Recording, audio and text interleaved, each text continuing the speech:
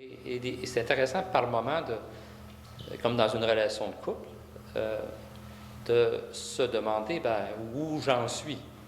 Parce que vous allez voir que la méditation, la prière, c'est comme une relation humaine, essentiellement. Ensuite, on va voir dans la laisser Dieu se révéler à moi. Hop, pareil. Parce qu'on a tous des images de Dieu. Si vous faisiez la liste des images de Dieu dans votre vie depuis que vous êtes petit enfant, puis voir le lien avec l'image que vous avez de vous-même. Les idoles. Vous allez être surprise. Ça peut changer encore. Mais qu'est-ce qu'on fait, nous, dans la méditation? On ne s'imagine pas qu'il y a une barbe. Vous ne le voyez pas. Vous faites ce qu'on appelle, je vais appeler un wash-out. Vous faites comme une espèce de nettoyage. Vous éliminez l'imagination, la mémoire. Hein? C'est ce qu'on appelle en mots savants l'apophatie. Hein? On ne se sert pas des facultés, mémoire, intelligence, la sensation non plus. Alors, on est en présence à la présence. C'est ça qu'on fait uniquement. Et voyez-vous que ça fait une expérience de Dieu différente. Mon épouse et moi, nous sommes catéchètes d'adultes aussi. Et il y a des gens à qui on ne peut pas faire le Notre Père. Ils vont se marier, ils veulent être confirmés. Ou j'en ai un là, pour l'initiation à la vie chrétienne. J'en ai pris 1 an et demi avec. Je ne peux pas y faire un Notre Père avec. Ça ne dit rien. Notre Père qui est aux cieux.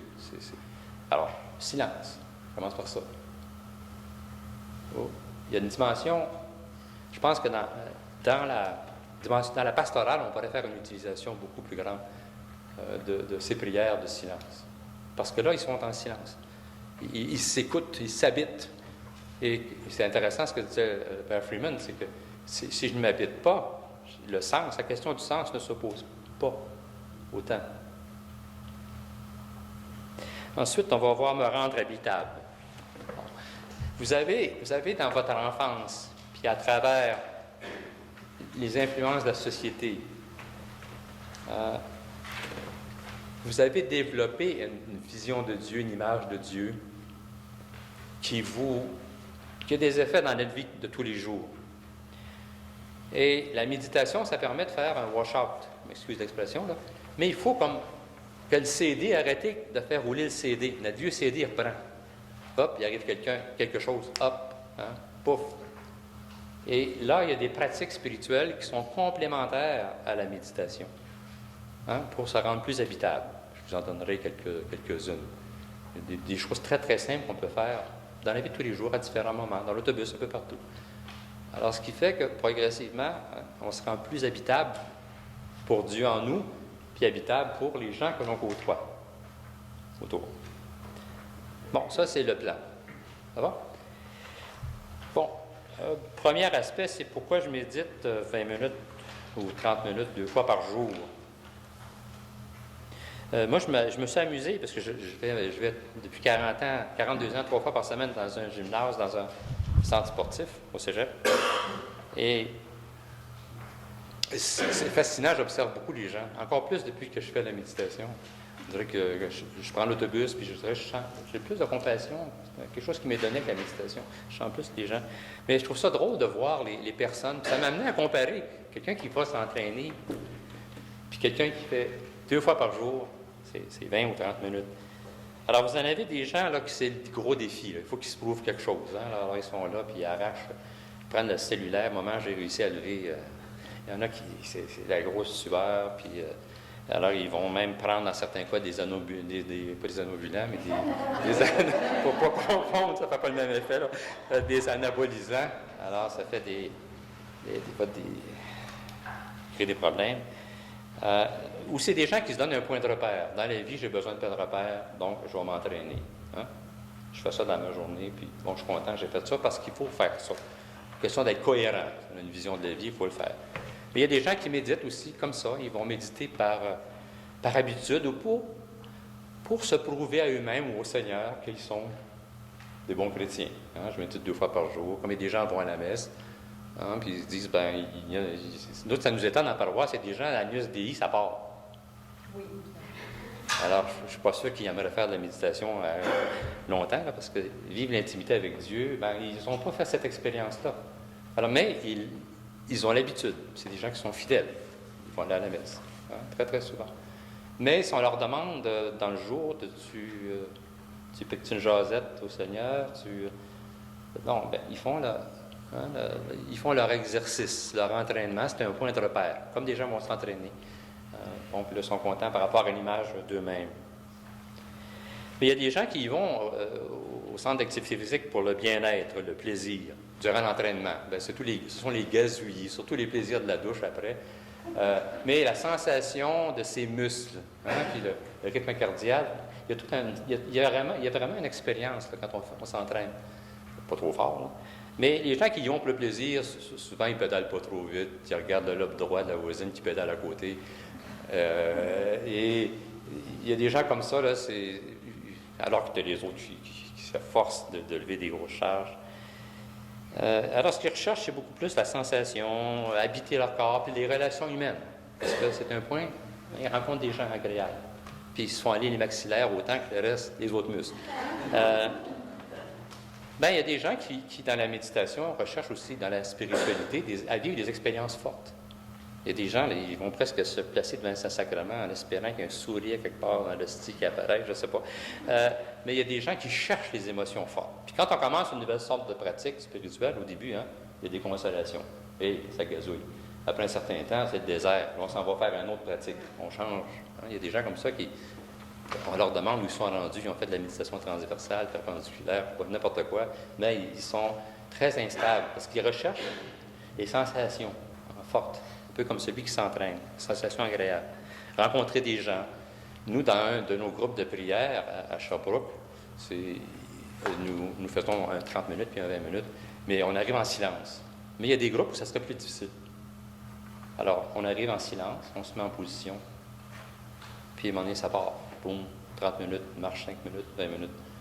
Puis là, on a une pause café. Puis 2 fois dans l'année, on fait 3 30 minutes, pas un mot sur la game à l'arrivée ni au départ. Oui, mais je ne peux pas parler, on se téléphonera. T'sais. Alors, voyez-vous, le social est souvent une raison de faire certaines de nos activités. Alors, c'est toujours la question, pourquoi je suis là? Pourquoi je fais cette pratique? Bon, il y a des gens, c'est les effets dans la vie de tous les jours. Ils s'entraînent, pourquoi? Pour développer une bonne santé, une endurance, une résistance. C'est la qualité de vie, être plus productif. Puis, dans la méditation, il y a des gens qui recherchent la méditation pour la sérénité, avoir la paix, l'adaptabilité. Ce qu'on apprend en caisse, on développe le muscle du consentement. On a une souplesse. Mais encore là, vous savez hein, que la méditation et la contemplation, ça existait avant les chrétiens.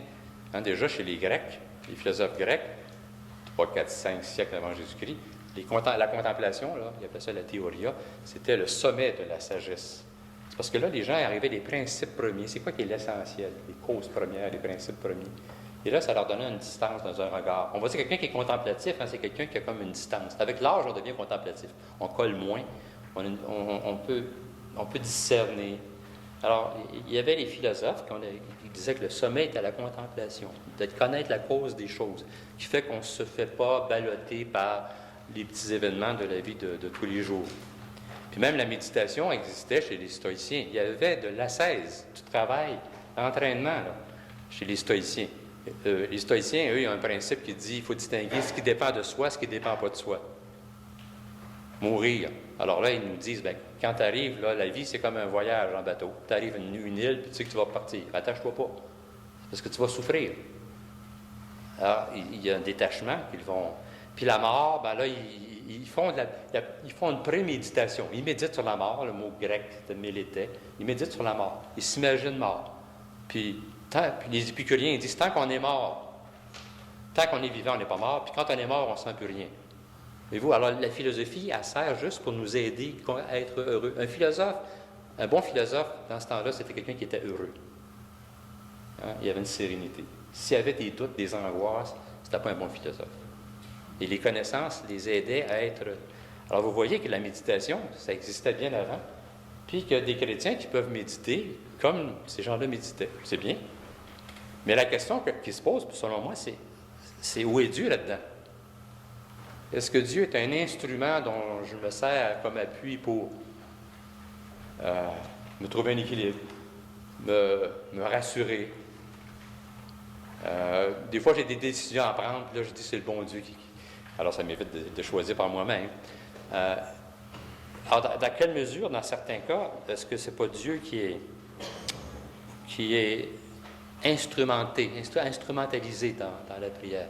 Il y a des gens, si Dieu n'existait pas, là, il n'y aurait plus de sens à leur vie. Mais qui est Dieu? Et est-ce que je fais seulement me projeter en lui? Je ne sais pas s'il y en a parmi vous qui ont dû avoir de l'expérience de parents qui deviennent Alzheimer ou très confus. Mais où ça donne un choc, c'est quand la personne ne peut plus vous nommer. Ma maman ne me nomme plus. Alors, c'est tout l'investissement. Bon, narcissique, c'est normal. On a développé une relation, maman qui m'écoute, maman qui a fait ci. Mais là, je fais l'expérience de maman comme une autre personne. Plus comme quelqu'un qui répond à mes besoins. Alors, voyez-vous, notre pratique de la méditation nous amène à nous poser la question, mais c'est quoi la relation que j'ai avec Dieu? Je fais de la méditation 2 fois par jour, mais où est Dieu là-dedans? Puis où est ma relation avec lui? Est-ce que c'est une habitude, une pratique? Est-ce que je suis assez vigilant dans ma façon de le faire? Alors, ce qui amène à parler à la prière comme relation, dans le résumé, je pense que vous avez un tableau. Alors, voyez-vous, on peut avoir, comme dans toute relation humaine, hein, il y a 4 niveaux, on pourra en mettre 5 ou 6, là, peu importe. Il y a des gens qui sont pour vous une connaissance. C'est correct. Il y a des gens là, qui arrivent, puis ils vous racontent leur vie de même. Voyons, on ne raconte pas sa vie à tout le monde comme ça. Là. Hein, il y a des gens, tout de suite, on dirait qu'ils arrivent dans un niveau d'intimité. Mais il y a des gens, ce sont des connaissances, puis c'est correct. Vous allez les saluer, vous allez garder une distance avec ces gens-là. Ça correspond spirituellement, entre autres, un peu à la prière vocale. Tu sais, une prière où je garde une certaine distance. Par exemple, je peux lire mon bréviaire, puis ça peut être une façon, ou la liturgie des heures, une façon de dire, bien, Dieu, je lui parle. Voyez-vous? Comme à une connaissance. Et j'ai été frappé à une émission, La foi prise au mot sur KTO TV. On peut prendre ça sur Internet, c'est la télévision catholique française. Il y a un type qui a écrit un beau livre sur la liturgie, puis lui, disait clairement que l'union avec Dieu, il ne voulait rien savoir de ça. L'expérience contemplative ou de proximité avec Dieu, il ne voulait rien savoir de ça. Lui, c'est la liturgie. La peur. Il y a une peur. Ça va me mener où, entrer dans cette intimité avec Dieu? Alors, il y a des gens qui préfèrent le tenir à distance. Je parlais avec un évêque dernièrement, je lui disais, j'ai l'impression qu'il y a un certain nombre de prêtres qui ne prient pas. Voyons. Bien, prier au sens de la relation avec Dieu. Ils vont célébrer l'Eucharistie. Hein? Ils sont le médiateur entre eux. Hein? C'est eux qui s'occupent de la sacramentalisation, ni plus ni moins, à rendre Dieu présent. Mais combien de prêtres prennent le temps pour la méditation, la Lectio Divina, être en cœur à cœur avec Dieu, ils sont pris dans les tâches. Puis cet évêque me disait oui, il constatait cette dimension. Alors pour certaines personnes, Dieu est une connaissance. Pour d'autres, c'est un camarade. Là, on est plus familier, on peut le tutoyer. On lui parle de temps à autre. On est familier. C'est une prière plus spontanée. Alors, on lui pique une petite jasette de temps à autre. Il y a un autre niveau qui est l'amitié.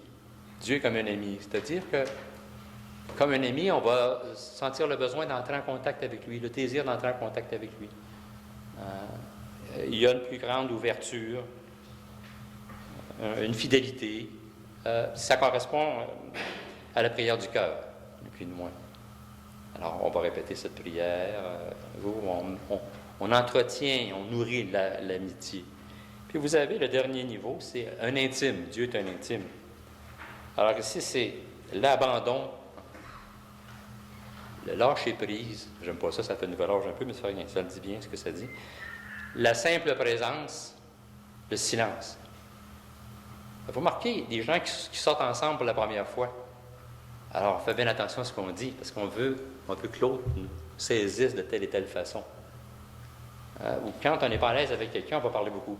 Mais les vieux couples, là, ils en arrivent à ne pas se parler. C'est pas parce qu'ils ne s'aiment pas. Mais le silence est plein. Mais c'est difficile, le silence. Il y a des gens qui rentrent à l'abbaye Saint-Benoît-du-Lac et qui se sauvent en pleine nuit. Non, les moines vont vous le dire. j'étais là, puis il y a un de mes amis qui était là, puis il était tout en sueur. C'était un dimanche après-midi. Comment ça va? Il dit, ça va pas pantoute. Alors, le pauvre gars, il a réussi à faire la première nuit, mais là, il était suicidaire. Alors, j'ai parlé à un de mes amis moines, le Père Garand, puis il est allé le voir, il l'a fait respirer, puis il a dit, mais allez-vous-en chez vous. Pas capable, parce que ça fait du bruit en dedans. Alors, être en silence, deux personnes, hein, puis je me souviens, quand on était ministre du baptême, on avait baptisé un enfant, puis les parents étaient près d'une séparation. Fait que là, il arrive à la maison, courageux. Hey, voulez-vous nous aider? Fait que mon épouse a dit, pas compliqué, chandelle, puis vous vous asseyez un avant de l'autre. Puis là, vous gardez le silence. Faites ça 15 minutes, 2 fois par jour. Bien, ils sont ensemble encore, ça fait peut-être 15 ans. Mais déjà, être dans le silence, là, c'est pas évident. Alors, mais ce à quoi on est invité, et c'est ce que vous vivez dans la méditation, c'est l'intimité avec Dieu. Vous vous réveillez dans la nuit, puis hop, il est là. Vous voyez une personne qui est triste, il est là. C'est le Christ qui est là, dans cette personne alors, ça vous donne une grande vigilance, puis toute une profondeur de la vie humaine, hein, du tissu humain aussi, là, quand on peut en arriver à vivre ce niveau. Alors, c'est la prière contemplative. C'est ça, la contemplation. C'est cette union intime avec Dieu. On peut rester 1 heure sans lui parler. Puis quand on fait le Maranatha, ben, qu'est-ce qu'on fait? On apprivoise cette présence-là. Puis pendant que vous dites ça, ben, il y a une partie de votre mental qui est pris là-dedans, mais il y a toute la place ailleurs. Là, le Seigneur peut faire le travail de transformation, faire cette plus grande intimité. Alors, quel être merveilleux vous êtes. Je vous balayais du regard tantôt. Alors, la question que je formulais hier, c'était, que je vous invite à vous poser, c'est quelle est la relation que j'ai avec Dieu? C'est un bon copain, c'est quelqu'un à qui je rends visite, on placote de temps en temps. Est-ce que c'est quelqu'un qui est intime? Sentez-vous le besoin qu'il soit intime? Est-ce qu'il soit partout avec vous? Alors, c'est une question importante. Bon. Alors, ce matin, on va aller un petit peu plus loin, puis on va se poser la question, sur quoi je m'appuie pour faire mes 20 minutes par jour? Ça, on passe pour des gens bizarres. Ouais, Maranatha va répéter ça. Vous autres, êtes encore plus braves que moi, parce que moi, c'est un mot sacré, mais on ne le répète pas continuellement. Alors, il va répéter Maranatha, Maranatha. Si vous faites 1 heure de méditation par jour ou 2 heures, ça fait du Maranatha pas mal. Mais sur quoi ça repose, ça? Pourquoi faire ça?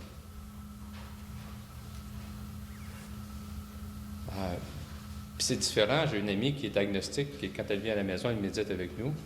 Mais elle est agnostique, alors elle dit paix. Et ça a un effet chez elle. Ça la centre. Ça lui permet de descendre dans son espace intérieur, dans sa chambre intérieure. Mais la différence, c'est que nous, on est dans la présence de la présence. Il y a cette présence de Dieu, et cet appui. Il peut passer n'importe quoi dans la fournaise, dans la cheminée, puis nous sommes en confiance. C'est un peu... C'est ça la différence entre une méditation non chrétienne, ou non juive, ou non religieuse, et une méditation qui est dans l'ordre de la sagesse. On est seul, ou on est en lien, en compassion avec les autres, mais il n'y a pas cette dimension de grande présence. Est-ce que vous avez vu le film Le journal d'un vieil homme? Un film que j'ai trouvé à la limite supportable, le film de Aymon. Il faut voir ce film-là. Il y a un cul-de-sac. C'est un type qui a une belle carrière. Sa première femme s'est suicidée. Il a un très beau rapport avec sa fille, une de ses filles adoptive. Et il apprend qu'il a un cancer. Avec sa deuxième femme, ça va plus ou moins bien. Il y a cette espèce de détachement qu'il est en train de vivre, une espèce de préparation. Le mourir est comme détachement. Et sa fille, qu'il aime tant, est désespérée. Et lui, il est désespéré. Et à la fin, ils se parlent et ils s'en vont chacun dans leur voie, ils ne sont pas capables de s'aider. Et là, le personnage dit, si Dieu existait, ce serait tout autrement. Alors j'ai un de mes amis qui dit, il critiquait ça, puis pourquoi il n'a pas mis une porte? Non, j'ai dit, si le cinéma permet de faire ça, de nous placer dans une situation. Mais je lui ai dit, Dieu est aussi présent chez moi qu'il est chez toi qui va à messe tous les dimanches, possiblement. Il est présent dans son absence, dans le désir. Alors, c'est un film qui est fascinant, qui nous montre comment, quand je médite, que vous méditez, cette présence de Dieu change tout. C'est la confiance. Et ce que vous dites, ça importe peu. Il s'agit de s'installer 2 fois par jour, puis Maranatha, puis on est en confiance. Ça fait des gens souriants, comme vous. Bon. Juste 2 petites citations. Le Père Boyer a fait des choix de texte, c'est merveilleux. Alors, on a l'impression de trouver Merton, Keating, on a l'impression qu'on se retrouve dans un même monde. Je vous en lis 2. Le premier puis le troisième sont courts. Ce n'est pas nécessaire que vous les sortiez. On ne médite pas pour atteindre des résultats, mais d'abord pour accueillir la présence de Dieu en soi. C'est vraiment intéressant, ça. On va y revenir dans cet après-midi demain. Parce que des fois, la méditation nous amène sur des chemins pas toujours confortables. Or, oui, la méditation nous transforme graduellement. Même si on ne médite pas pour obtenir des résultats, ceux-ci nous arrivent comme un cadeau, une bonne nouvelle inattendue qui jaillit du silence. Mais je vais aller voir plus bas. Dieu est présence et il est présent au tréfonds de notre cœur. Citation de John Mayne. Si seulement nous persévérons, nous découvrons que par la puissance de son esprit, chacun de nous est régénéré, renouvelé, recréé, de sorte que nous devenons une nouvelle création en lui.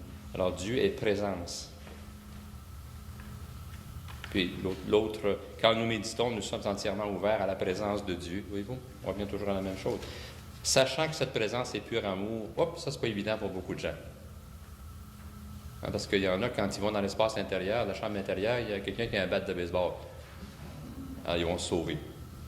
Vous avez des gens qui ont laissé l'Église catholique. Dans certains cas, ils ont peut-être bien fait, parce que est-ce que dans certaines expériences que des gens ont vécues, c'était le Dieu de Jésus-Christ?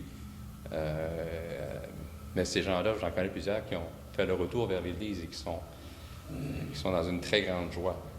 Mais si Dieu a un bat de baseball, à moins d'être maso, c'est pour ça que la prière, la méditation va nous aider à ce que Dieu se configure en nous comme il veut. Et on va éliminer progressivement nos vieilles images de Dieu. Alors, dans cette présence, nous devenons qui nous sommes. Des créatures créées par Dieu, rachetées par l'amour de Jésus, temple de l'Esprit Saint. Par cette expérience, nous devenons entièrement libres pour être nous-mêmes, aimer notre prochain et aimer Dieu. Alors, cette question de la présence. Il y a beaucoup de textes dans John Mayne, en particulier dans le chant du silence 119 et en avançant, j'en lirai des bouts, j'en ai trouvé beaucoup ailleurs, où il revient sur cette présence, la présence du Christ en nous. Présent, c'est pas seulement le Christ, c'est la Trinité, il y a du monde. Il y a du monde à la messe intérieure. Alors, c'est cette conviction-là qui est à la base de notre démarche. Mais c'est Jésus lui-même qui nous invite, vous avez le texte là, dans les notes, qui nous invite à prier. Il nous montre comment prier. Il nous invite à prier dans la chambre intérieure. Il ne nous invite pas à la synagogue. Là, il nous parle de la prière dans la chambre intérieure. Il y a d'autres formes de prière qui sont aussi bonnes. Alors, pour toi, c'est chacun de nous, quand tu pries, retire-toi dans ta chambre, ferme sur toi la porte et prie ton Père qui est là, dans le secret. Et ton Père, qui voit dans le secret, te le rendra. Ce texte-là, pour Thomas Keating, c'est le texte avec lequel il revient constamment. Parce que c'est ce que nous faisons 2 fois par jour. Puis ce que nous pouvons faire dans l'autobus, dans le métro. Puis on peut toujours aller dans sa chambre intérieure, dans sa cellule, au cœur du monde. Mais regardez les étapes. Premier temps, c'est retire-toi dans ta chambre. Ce sont